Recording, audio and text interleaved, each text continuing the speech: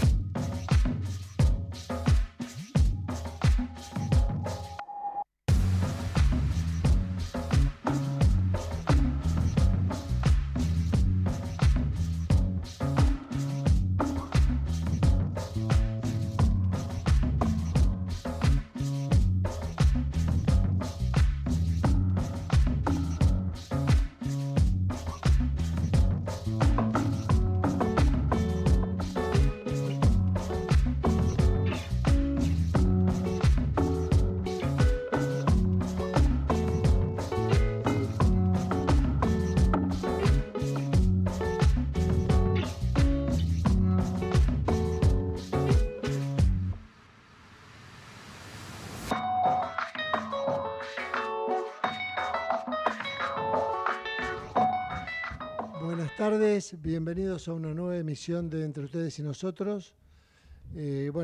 Jorge Enríquez está hoy con un evento muy importante, es uno de los principales oradores, pero igual va a ser el programa y lo estoy escuchando. Jorge, buenas noches. Hola, te escucho, Jorge, ¿cómo te va? Hola, ¿cómo te va? ¿Qué decís? ¿Todo bien? Muy bien. Bueno, empecemos el programa, un programa con muy buenos invitados. Bueno, me parece muy bien. Buenas tardes a todos. Hoy estamos transmitiendo desde un hotel céntrico de la ciudad de Buenos Aires. No vamos a dar el nombre para no hacer propaganda, porque tenemos un evento juntamente con el doctor Osvaldo Pérez San Martino sobre los 30 años de la Constitución, que realmente fueron un hito muy importante en la historia institucional del país. Así que bueno, a disposición, vamos a empezar hablando de esto, vamos a hablar también de las tomas de las universidades, vamos a hablar, como decía, de este tema de la reforma constitucional, y también vamos a hablar de los vinculados también con esto, la modificación que se pretende hacer a los decretos de necesidad y urgencia. Dicho esto, creo que tenemos nuestro primer invitado en línea, que es, si ya no estamos conectados. Hola. Hola. Hola. Sí, te escucho, Hola. Jorge, te escucho. Sí, si no estamos conectados. Yo estoy ahora conectando al invitado y podés empezar. Bueno, no, lo que pasa es que después se interrumpe, sino lo que quería explicar. Quería hablar un poco de lo que está ocurriendo con las universidades. Yo creo que hay un planteo que se está haciendo absolutamente equivocado. Como en otros temas, no, la Argentina se ha caracterizado siempre por la confrontación. Y acá lo que es también una confrontación a ver quién tiene razón, en lugar de buscar puntos que puedan ser comunes denominadores que permitan solucionar este tema que viene de antaño. Por un lado están los que dicen con razón, como durante tantos años de gobierno kirchnerista no protestaron cuando el presupuesto iba armando, cuando sobre todo los sueldos y salarios de los docentes y del personal no docente estaban absolutamente deteriorados y no hubo queja alguna, y ahora de golpe aparecen todos estos reclamos.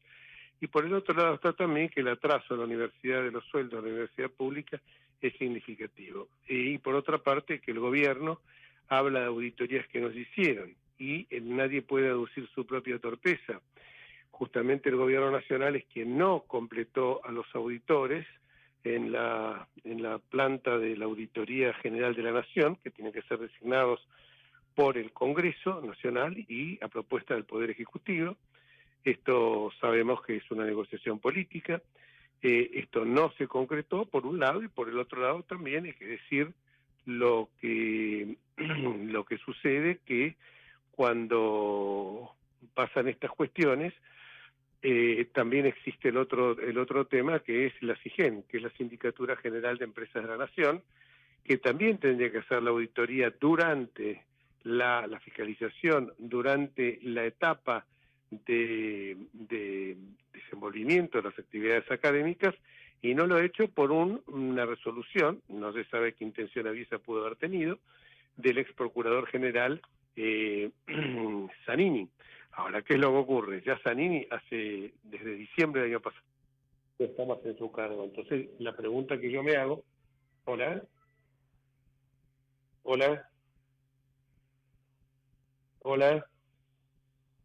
la pregunta que yo me hago es, ¿me están escuchando bien? Sí, te escucho perfectamente, y ya también te está escuchando el embajador Diego Velar, así que, pero sí te escucho 10/10, Jorge. Bueno, voy a concluir simplemente con esto. La falta de controles proviene, por un lado, de que la Auditoría General de la Nación no se constituyó por responsabilidad del actual gobierno y del órgano legislativo, por un lado, y por el otro lado, que es la sindicatura, por esa resolución de Zanini, que no sé qué dicha intención pudo haber tenido, seguramente que no hubiera controles. Desde el año 2021, el 21 digo bien, no se auditan las universidades por parte de ese organismo. Simplemente una resolución, un acto administrativo que puede ser derogado por la simple voluntad del procurador actual, que es Rodolfo Barra. No sé por qué se demoró tanto tiempo, recién ahora, 10 meses de la asunción del gobierno de Javier Milei, esto se produce. Pero bueno, de todos estos temas, eso de ninguna manera justifican a toda la universidad. Pero vamos a hablar ahora sí con nuestro invitado, con el queridísimo embajador Diego Velar, un gran amigo que sabemos que está propiciando, con un grupo de gente que obviamente lo ha impulsado a eso, a presentarse como candidato a senador por la Ciudad Autónoma de Buenos Aires. Todos sabemos que el año que viene se renueva parcialmente el Senado en 8 jurisdicciones, una de ellas es la Ciudad Autónoma. Así que buenas tardes, Diego, gracias por estar con nosotros en esta tarde. ¿Qué tal, Jorge? Un gusto estar contigo y con tu audiencia, por supuesto. Bueno, la primera pregunta que te hacemos ya te la hice directamente. ¿Qué es esto que me parece muy bien y muy saludable, que gente como vos quiera retornar al ruedo de la política parlamentaria? Nunca de la política te alejaste, pero siempre has frecuentado más los ámbitos académicos y obviamente diplomáticos que en los ámbitos vinculados con los órganos legislativos. ¿Qué te ha llevado a tomar esta decisión?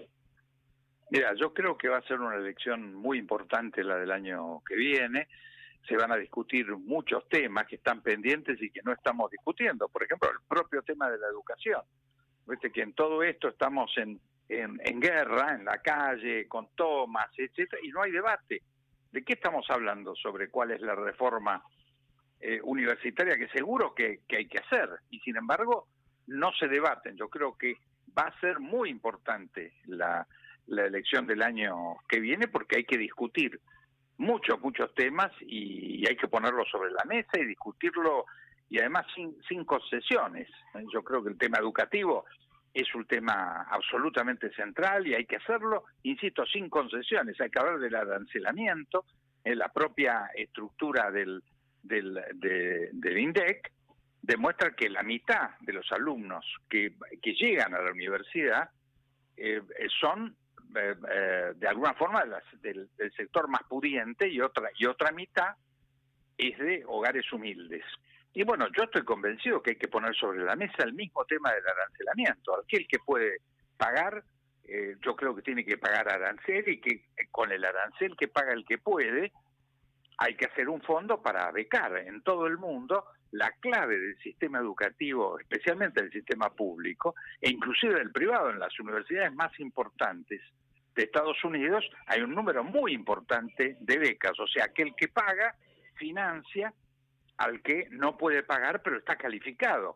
Nosotros no tenemos calificación y deberíamos saber, a diciembre de este año, cuáles son los 15, 20, 30.000 alumnos sobresalientes que hay en todo el país.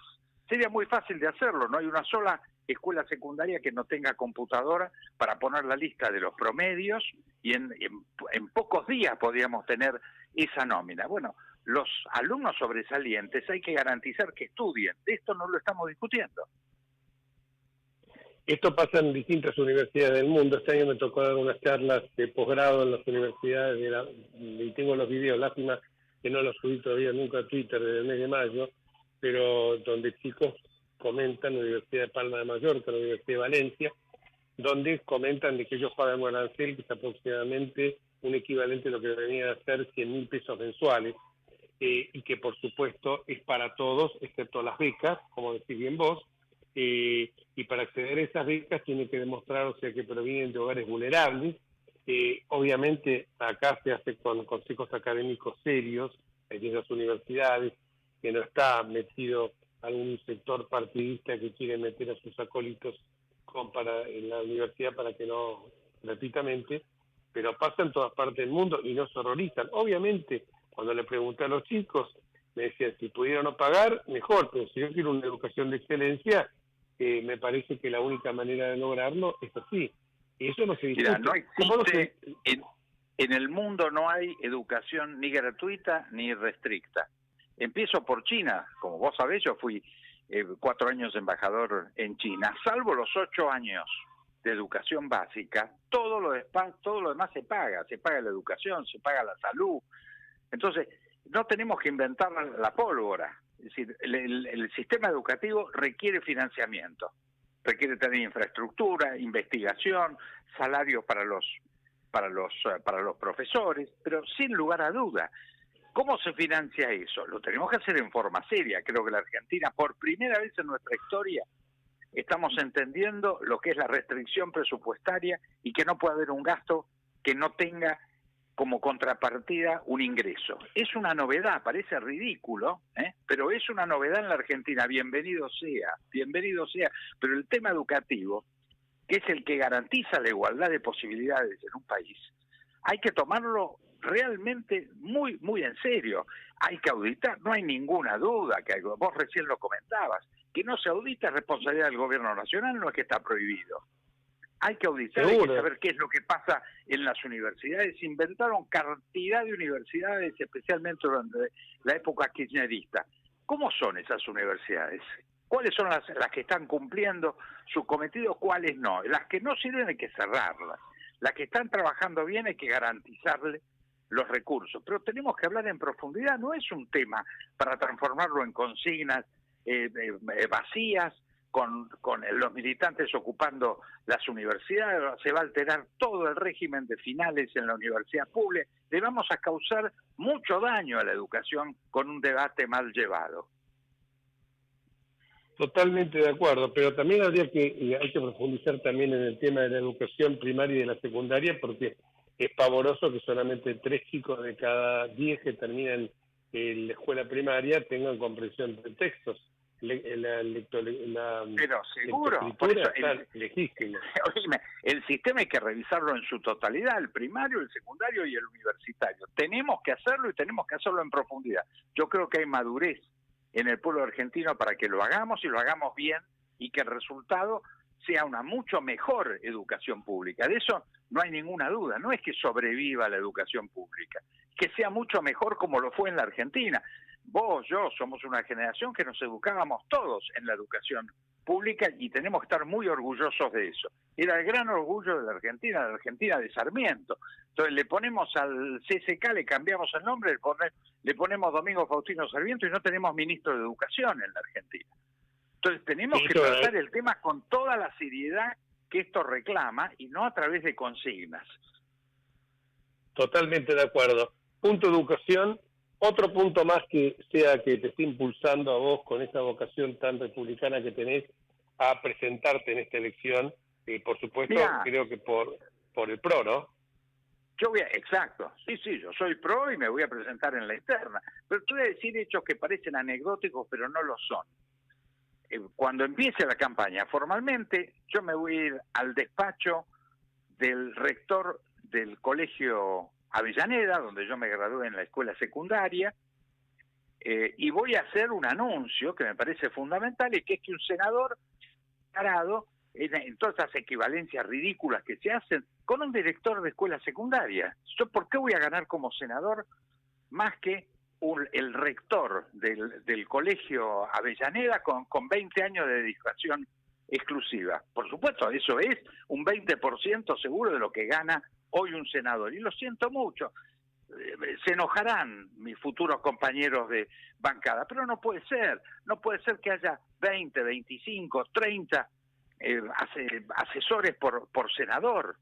Pensemos que en este momento se va a cumplir el año que viene 6 años donde los senadores Lustó, Tagliaferri y Recalde, de la verdad de triste memoria los tres, sin lugar a duda, todos por PRO, que ganaron por el 60%, han venido ganando una fortuna, teniendo promedio 20 asistentes cada uno, haciendo 50 viajes por año con presupuesto de pasajes pago por la Cámara. Eso hay que liquidarlo todo. Lo hemos dicho, lo ha dicho el presidente Milei, pero ¿pasa algo de eso? Nada. No, nada. Y bueno, hay que hacerlo. Excepto encima todavía cuando alguien hace un sincericidio como el de Abdala, con lo que dijo, que está mal. Pero una barbaridad. Una barbaridad, bueno, pero no debe ser el único caso. Pero Jorge, yo me voy a comprometer a tener esa equiparación con un director de colegio. Me parece que es indigno lo que gana un rector de un colegio secundario, pero lo siento mucho. Lo que no puede ser es que un senador gane más que eso. Comprometerme a no más de 5 asesores y a plantearlo como proyecto de ley para que sea de resolución dentro del Senado, obligatorio para todos. Si no me dan bola mis compañeros de bancada, lo que voy a hacer es hacerlo yo. Hay que hacerlo como testimonio y como ejemplo, pero tenemos que terminar con esto, porque si no siempre es mirar la paja en el ojo ajeno, ¿no? Los demás se tienen que ajustar. Hay que empezar por el propio Senado, y yo creo que en esto es un tema que no es de detalle. Marca realmente un hito, y esto es fundamental, que el Poder Legislativo dé el ejemplo. Totalmente de acuerdo, y bueno, te voy a confesar algo que todavía no lo he hecho público.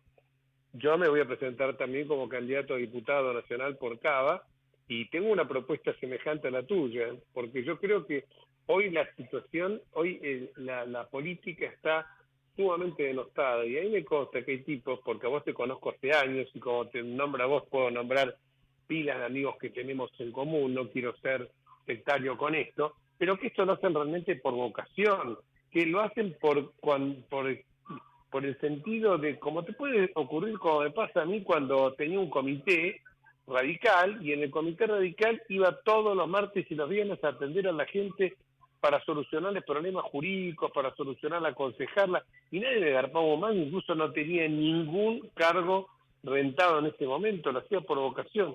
Yo creo que si alguien quiere hacer la política, demostrar que la política es sana, como aquellos viejos políticos que nosotros conocimos en los años 60, 70, que eran tipos que realmente, qué sé yo, desde la democracia cristiana, yo me acuerdo de Garragaray, de Sueldo, de políticos conservadores como Olmos, como Joffre, políticos peronistas, políticos radicales, me acuerdo un senador Reinaldo Lenos, que lo hacían realmente por vocación, que los tipos no estaban buscando ese conchado para decir a ver qué negocito puedo hacer o a ver qué sueldo faraónico me puedo llevar a mi casa. Y ahí vamos a revalorizar y rejerarquizar a la política. Me parece la política, y que nadie por estas actitudes te pueda tildar a vos o a mí de demagogia, o que a lo mejor dicen la política va a ser para los ricos. Eso es mentira, porque el que está de rector en la Avellaneda, como en tantos otros colegios con 20 años de cosas, no va por la plata, pues si a lo mejor fuera por la plata el tipo ganaría más plata en otro lado que estando ahí, lo hace por vocación. Pero entonces, seguro, dime, ¿cuánto cobra el director de un servicio hospitalario? Entonces, ¿por qué un senador va a cobrar 9 millones de pesos y un director de servicio hospitalario cobra 2 si cobra 2? ¿No? Y bueno, no puede ser. Esto hay que empezar saneándolo y que, por supuesto, la tendencia sea mejorar el ingreso público, porque así debe ser. Pero que partamos de la realidad. Si decimos que no hay plata, no hay plata para nadie. Seguro, realmente tiene que ser así.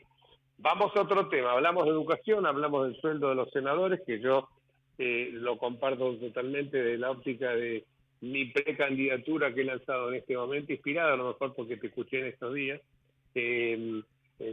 a diputado, perdón. No voy a competir, sobre todo porque los laureles y la trayectoria tuya no puedo compararme contigo, pero ¿qué otro tema más también entendés que es un tema fuerte? No, pero dime, la actividad legislativa propiamente dicha, ¿cómo puede ser que además de cobrar 9 millones de pesos se trabaje 2 días por semana?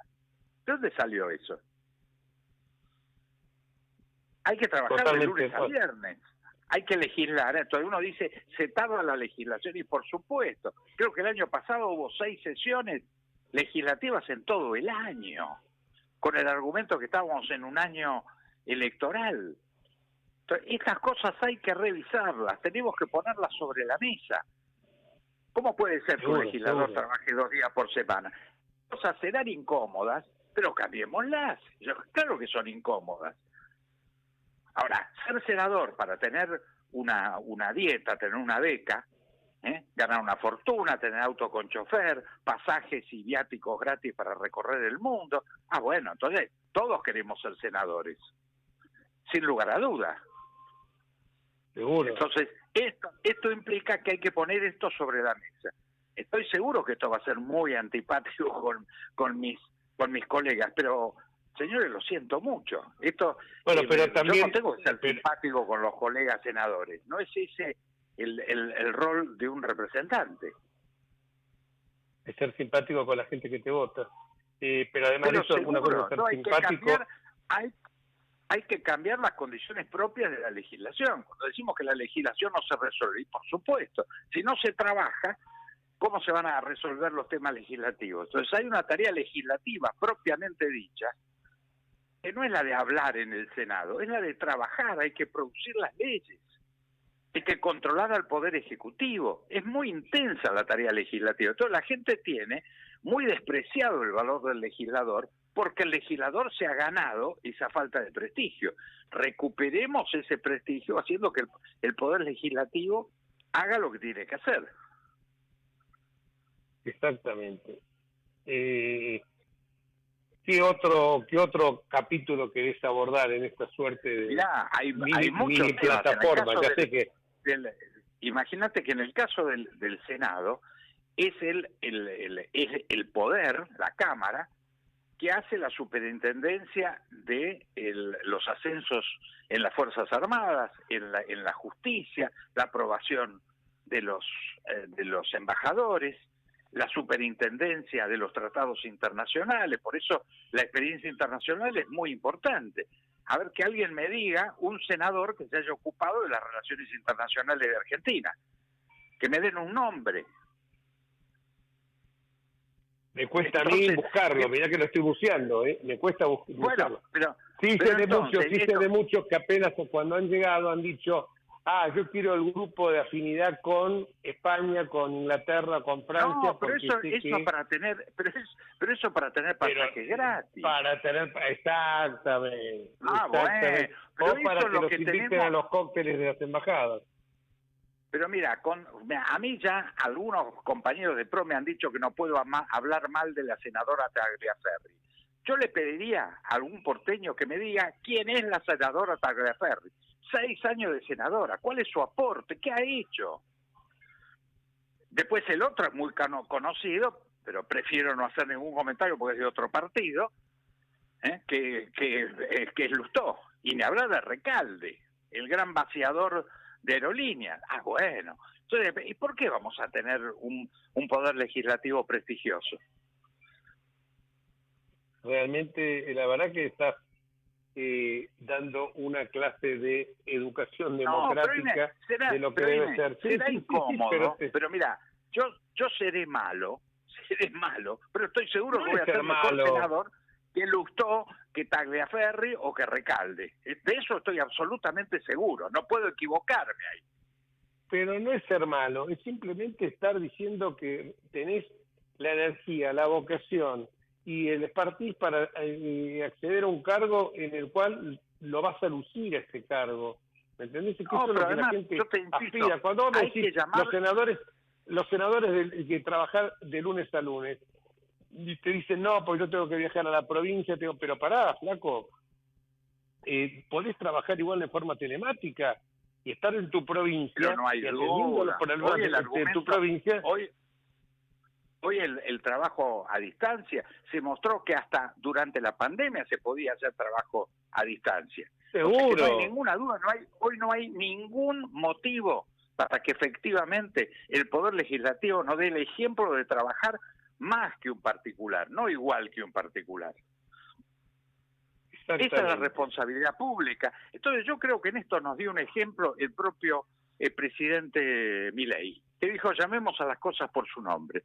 Y yo creo que es un aporte muy grande y un gran ejemplo. Como decía el general Perón, todos tenemos el bastón de mariscal en la mochila. Hay que sacarlo y salir al frente. Yo creo que en todo el país, no solamente en la capital, tiene que haber miles de nuevos candidatos que salgan con todo a llenar de contenido a la política, al poder legislativo, al poder ejecutivo. Ese es el deber de la política. Si no, no esperemos ningún milagro, Totalmente de acuerdo. Y la verdad que en una época que se han producido tantos cambios, como vos dijiste al principio, que por primera vez en nuestra historia nos damos cuenta que el Estado no tiene bolsillo de payaso, y que el Estado no puede gastar más de lo que recauda. Hemos tomado noción de que el gasto público hay que cuidarlo como cuidamos nuestras haciendas personales. Por primera vez hay un clima de época distinto, un clima de época que para estas ideas que vos querés incorporar, que vos querés desarrollar, porque la base es así, está, la educación está, pero no se discute el modelo educativo del siglo del conocimiento, o sea, el siglo XXI, y el tema vinculado también con adecentar la política, me parece que son dos herramientas fundamentales. Seguro que sí. Bueno, te agradezco mucho tu llamado a vos. Y mantendremos en contacto. Vamos a comer en estos días, que así intercambiamos algunas ideas que tenemos. Un fuerte abrazo y gracias por la participación, Diego. Un gran abrazo. Y nosotros seguimos entre ustedes y nosotros, pero ahora vamos a una pausa.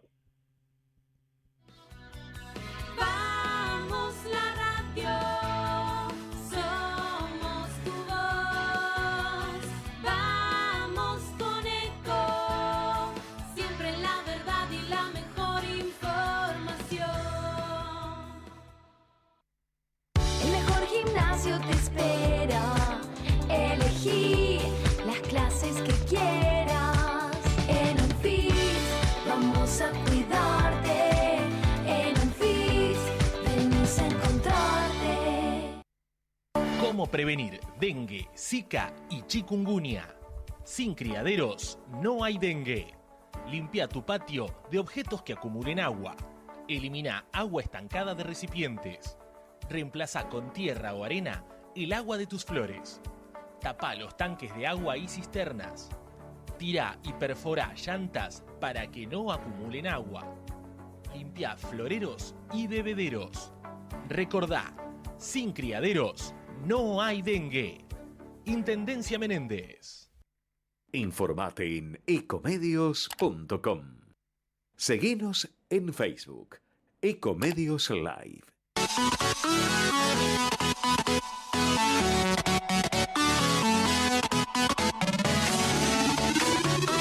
Escribanos en tu ciudad. Nuestro consejo es prevenir problemas. Colegio de Escribanos de la Ciudad de Buenos Aires. Consejo Federal del Notariado Argentino. El Colegio Profesional Inmobiliario auspicia este programa. Colegio Profesional Inmobiliario, cada vez más profesionales. ¿Conocéis los planes de salud de Andar, la obra social de los viajantes vendedores? Planes para empleados en relación de dependencia, monotributistas y particulares. Solicita un asesor comercial al 0810-345-0184.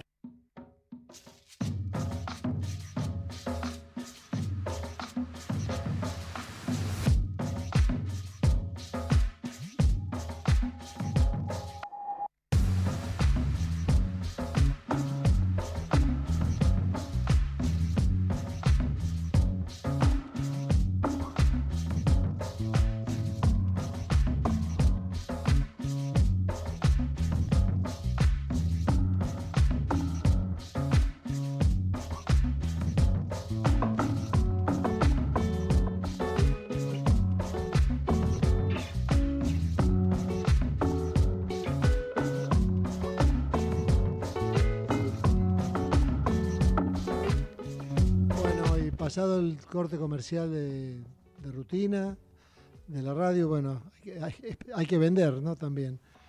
Continuamos con el programa. Jorge, muy buena la nota con Diego Guelar, realmente muy buena. Bueno, me alegro mucho. Y seguimos con ustedes y nosotros. Estábamos hablando de los 30 años de la reforma constitucional que se cumplieron hace pocos días. El contenido de la misma sí, es un contenido muy amplio y es muy razonable que despierte valoraciones disímiles, pero es digno de resaltar una cuestión, que fue la primera reforma de nuestra Carta Magna que se hizo en un contexto de democracia plena y en libertad, con representación de la Convención con representación en la Convención Constituyente de Santa Fe y Paraná de todas las fuerzas políticas. Porque las reformas del siglo XIX, esto es bueno, a veces la gente dice de qué está hablando este hombre, pero bueno, hay que recordar, como decía Avellaneda, los pueblos que ignoran su pasado están condenados a repetirlo. Las reformas del siglo XIX, las de 1860, 1866 y 1898, si bien fueron legítimas, lo fueron en el marco de una democracia absolutamente restringida. La del 49, durante la primera presidencia de Juan Perón, fue en el marco de una democracia autoritaria. La del 57 fue convocada por un gobierno de facto con una fuerza política principal, el peronismo proscrito. Y la del 72, años más tarde quedara sin efecto, fue sancionada por un gobierno de facto. Voy a dar 3 o 4 temas que me parecen fundamentales para diagramar el tema de la Constitución,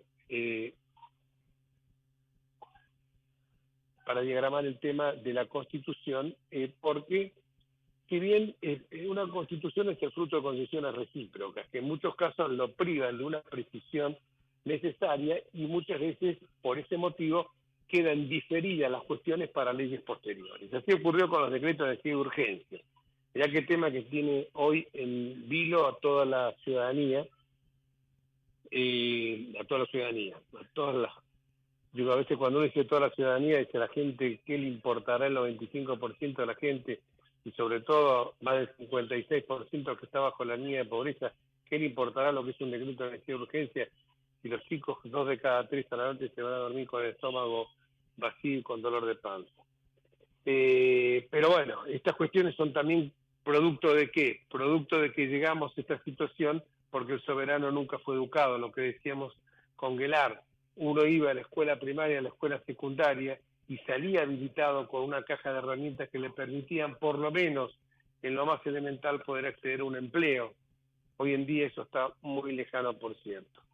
La Constitución introdujo los decretos de necesidad de urgencia, que eran facultades que los presidentes se las fueron tomando. En ningún lado decía la Constitución histórica, la Constitución de 1853, que podía legislar el presidente de la República, porque el órgano legislativo es el Parlamento.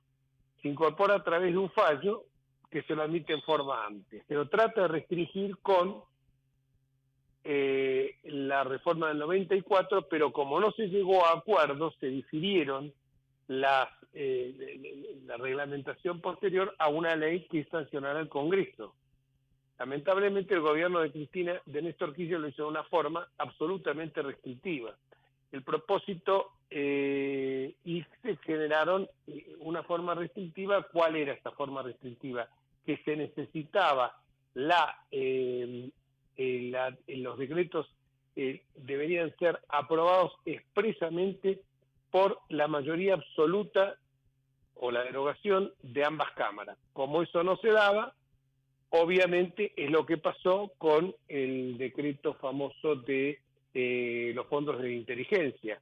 Lo desecharon ambas cámaras, pero este mecanismo de que lo tuvieran que desechar ambas cámaras es un mecanismo realmente que no se compadece con la Constitución, porque para aprobar una ley se requiere consentimiento de ambas cámaras, pero para rechazar una norma dictada por otro órgano basta con que sea una sola cámara para que que lo tienen que desechar ambas cámaras. Si lo desecha una sola, el decreto de necesidad de urgencia sigue vigente. Y en el peor de los casos es que si no hay pronunciamiento de ninguna cámara, eso orbita como un satélite alrededor del espacio y se sigue aplicando como si no existiera, o sea que como si no existiera el Parlamento. A esto es lo que nosotros buscamos, que yo en su momento, que con los decretos debían ser aprobados expresamente por la mayoría absoluta de los miembros presentes por cada Cámara del Congreso, y que perdían vigencia los decretos que sean rechazados por cualquiera de las cámaras o que no sean aprobados en forma expresa por ambas cámaras. Este es un tema que me parece importante porque genera la posibilidad que con que solo una cámara lo rechace o que por el transcurso del tiempo no se aprueben, produce la caducidad del mismo. La Ciudad de Buenos Aires, en esto es muy claro, la Constitución dice que si los decretos de NEU no son tratados dentro de los 30 días de su remisión, pierden vigencia si no son ratificados. Otra cuestión importante fue también el Consejo de la Magistratura, pero ahí también el kirchnerismo metió la cola y generó que en lugar de ser una equilibrada proporción, hubiera una proporción desmesurada por parte de los órganos de poder político que obviamente con los triunfos electorales venían muy favorables a ellos por la mayoría que tenían ambas cámaras. Dicho esto, no sé si está nuestro invitado en línea, Bazán, o seguimos adelante. ¿Hola? ¿Hola? Bueno, ¿están escuchando? Te escucho, sí, te escucho, Jorge. Perfecto. No, decía porque así trato de abreviar lo más que pueda. Una cosa parecida con el Consejo de la Magistratura. El Consejo de la Magistratura hay un equilibrio, no hay como ocurre en la Ciudad de Buenos Aires, lo que se llama equilibrada proporción de los sectores políticos y de los sectores académicos y de los sectores de la representación de los órganos políticos, resultante de la elección popular de los jueces y de los abogados. Ese equilibrio nosotros lo hemos traducido en algo específicamente numérico: 3 representantes de la legislatura, 3 de la magistratura, excluido el Tribunal Superior, la Corte Suprema y 3 abogados. Dicho esto y avanzando con otros temas de la Constitución estableció sí algo absolutamente novedoso en el orden federal, la reforma del 94, que es la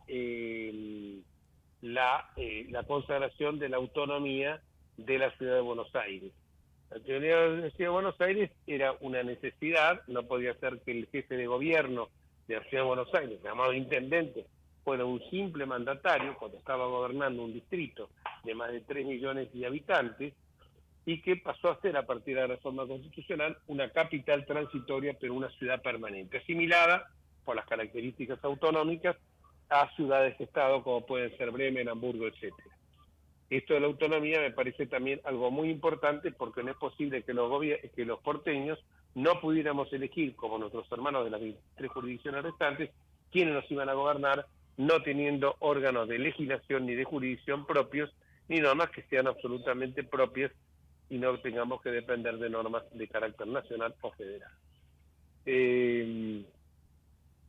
Creo que la Constitución ha sido importante, y ha sido muy importante en muchos aspectos, y marcó se alcanzó porque se privilegiaron los acuerdos políticos y cada sector reconoció la legitimidad de los demás, y por otro lado realmente consolidó algunas cuestiones que nos parecen a nosotros fundamentales, como debe tener toda Constitución, que es la defensa y la protección de los derechos de los ciudadanos a través de instituciones sólidas. ¿Por qué lo digo esto? Porque hoy estamos padeciendo una etapa distinta. Hay un gobierno que con su estilo peculiar y sus desmesuras ¿se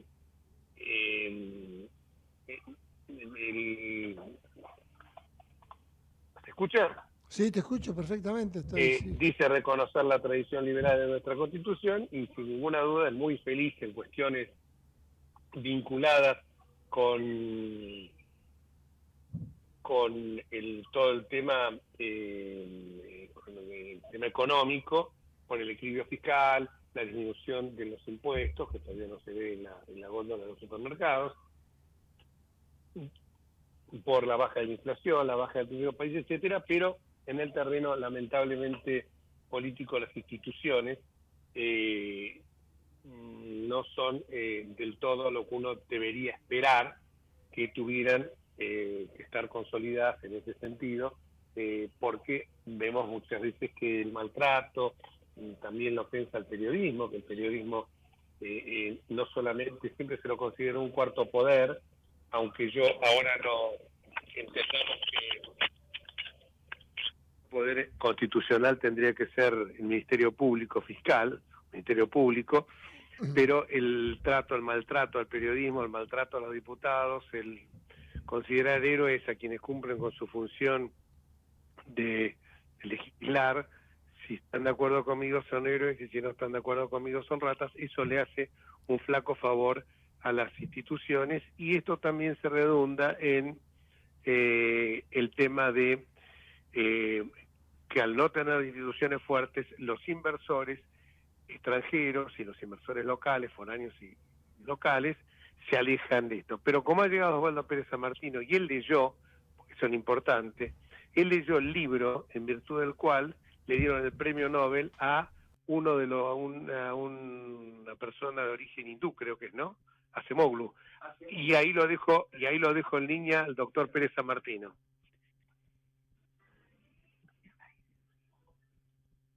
Sí, leí hace unos años ese libro que fue bastante famoso, ¿Por qué fracasan las naciones? Es de Acemoglu y otro autor que no recuerdo ahora. Bueno, la tesis de él es básicamente que la fortaleza de las instituciones es lo que permite desarrollar la economía y tener niveles de vida altos. Él empieza el libro citando el ejemplo de una ciudad que está en el sur de los Estados Unidos y a la que la separa una calle solamente de una ciudad que está en México.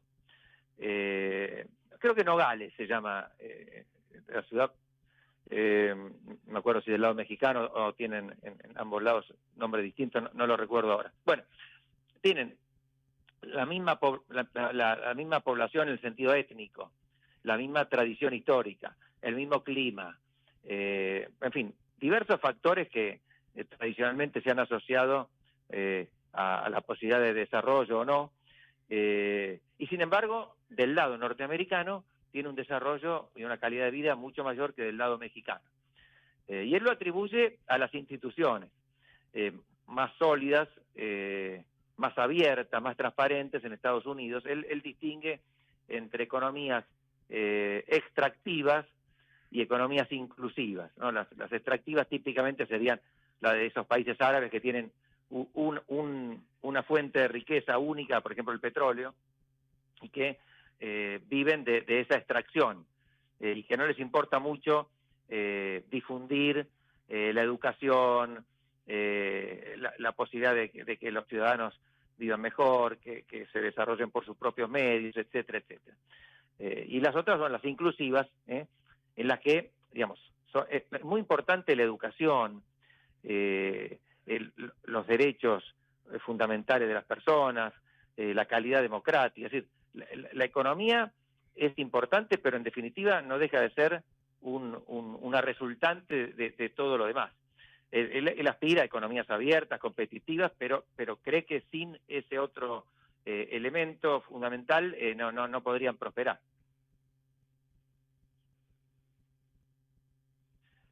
Por ejemplo, en un programa pasado, Jesús Rodríguez, cuando estuvo con nosotros, planteaba algo similar con relación a la República Dominicana y Haití. En la misma isla,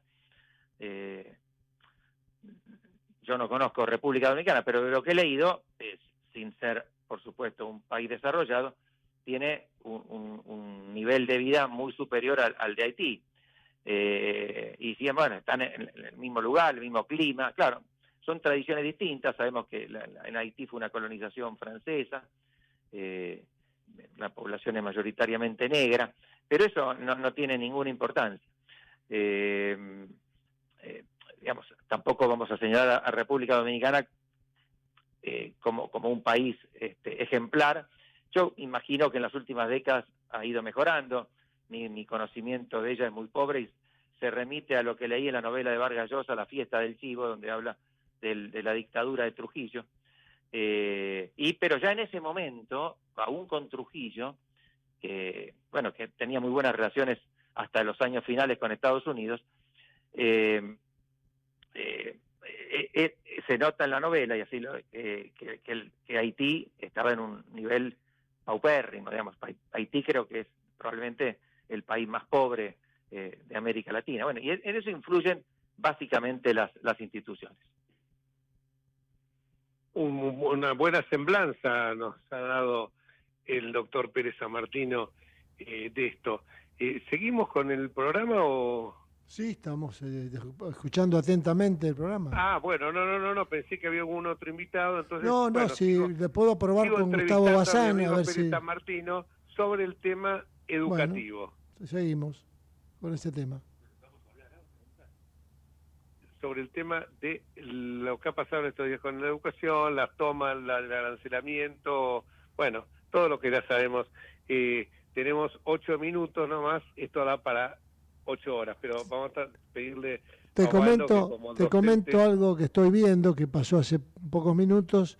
Hubo un líder de una toma, daba un discurso, y cuando terminó de decirlo lo que tenía que decir, desde atrás le apareció uno que pensaba distinto, le pegó una tremenda trompada y se lo llevaron. Bueno, se están viendo cosas feas, por lo menos, para decirlo de alguna manera. Bueno, esas son cosas, ahora se lo transmito, Osvaldo, eso que he visto en televisión, el que estaba hablando y le dio una trompada tenía todo el derecho de expresarse, cualquiera sea, y no sé de qué color sería. Yo tampoco. Estaba hablando en una toma, pero nadie tiene derecho a agredirlo salvajemente, porque esto también son consecuencias. Yo no quiero, porque uno trata de ser piadoso, porque si no después le dicen que uno quiere ser destituyente, pero cuando desde arriba atizás el fuego, es como cuando estás haciendo un asado. Si con un fuelle atizás el fuego con una pantalla, y bueno, al final se va a encender la hoguera. Y cuando la hoguera se enciende, las proporciones, ¿viste? Son... Acordémonos de Perón cuando decía el que tiene un garrote y le pone un clavo en la punta y le parte la cabeza. Entonces, ¿viste? Eso es lo que hablamos con Gelar al principio. Hablemos de la educación en todo sentido. Pero bueno, para hablar del tema educativo, te lo paso a Osvaldo, que es un especialista del tema. No soy especialista, más allá de ser un docente en la Facultad de Derecho, pero es un tema complejo, y a mí me parece que como lo ha enfocado el gobierno, lo que hace en definitiva es obturar cualquier crítica constructiva que se pueda hacer, porque indudablemente que la Universidad de Buenos Aires y otras universidades públicas pueden mejorar muchísimo. De hecho, hay una vaca sagrada, la gratuidad. Bueno, hoy está en la Constitución, es cierto, después de la reforma del 94 de gratuidad de la educación pública, así que probablemente no sea muy útil discutirla, porque podemos opinar cualquier cosa y sin embargo, digamos, tenemos que respetar lo que dice la Constitución, aunque habría formas de alguna forma de compensación, por ejemplo, como en Uruguay, algún impuesto al graduado, en fin. Yo creo que en general lo progresista es que todo aquel que puede pagar, pague algo, y que el que no puede pagar, no pague nada. Al contrario, que se lo ayude, que se lo beque, que se le den gratis los libros que necesite, pero eso requiere que entonces los que podemos poner algo, lo pongamos. De hecho, la gratuidad no era una de las banderas de la reforma universitaria del 18. No digo que estuvieran en contra, digo que no era una de esas banderas, como decía el cogobierno, la autonomía.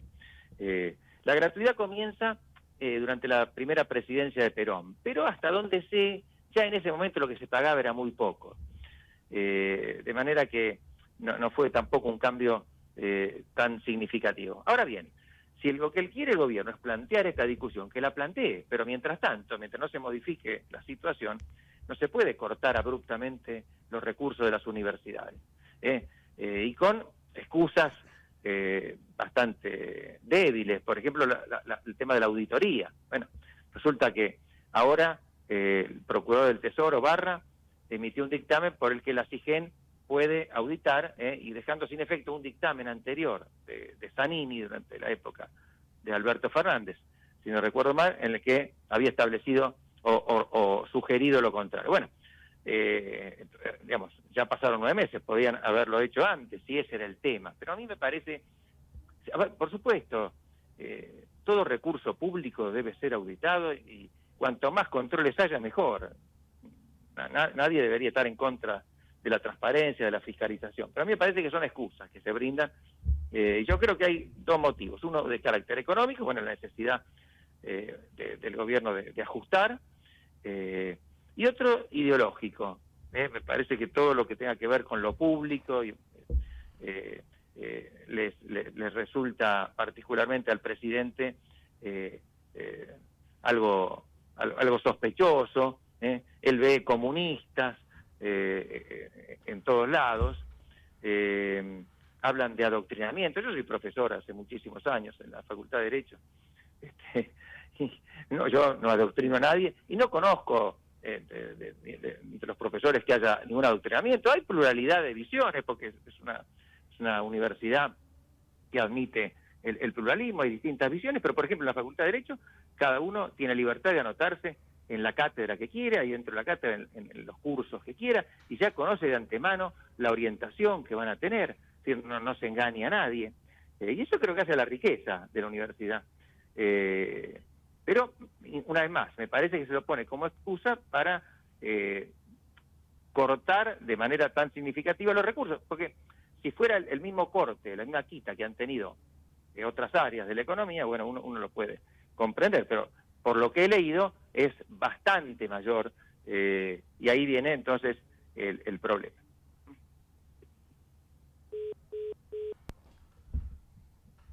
Correcto, perfecto, Waldo.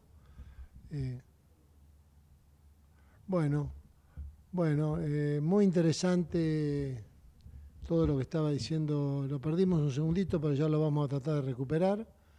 El doctor Osvaldo Pérez San Martino, que es un profesor muy destacado, no solamente en la Facultad de Derecho de la UBA, sino que también en otras facultades muy importantes.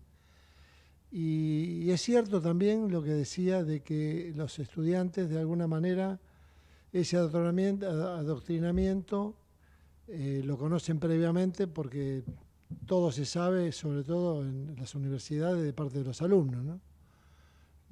No se engaña. Jorge, estás conectado de vuelta, ¿no? Sí, se Hola. produjo un error, por un error involuntario mío, no de Osvaldo, y se cortó la transmisión. Bueno. Pero bueno, lo que estaba diciendo Osvaldo lo suscribo totalmente, ¿no? O sea, esto no es esto es, como decíamos con Kelar al principio, es propósito de discutir todos estos temas, ya que queremos hacer un cambio fundacional, aspiración de todo gobierno.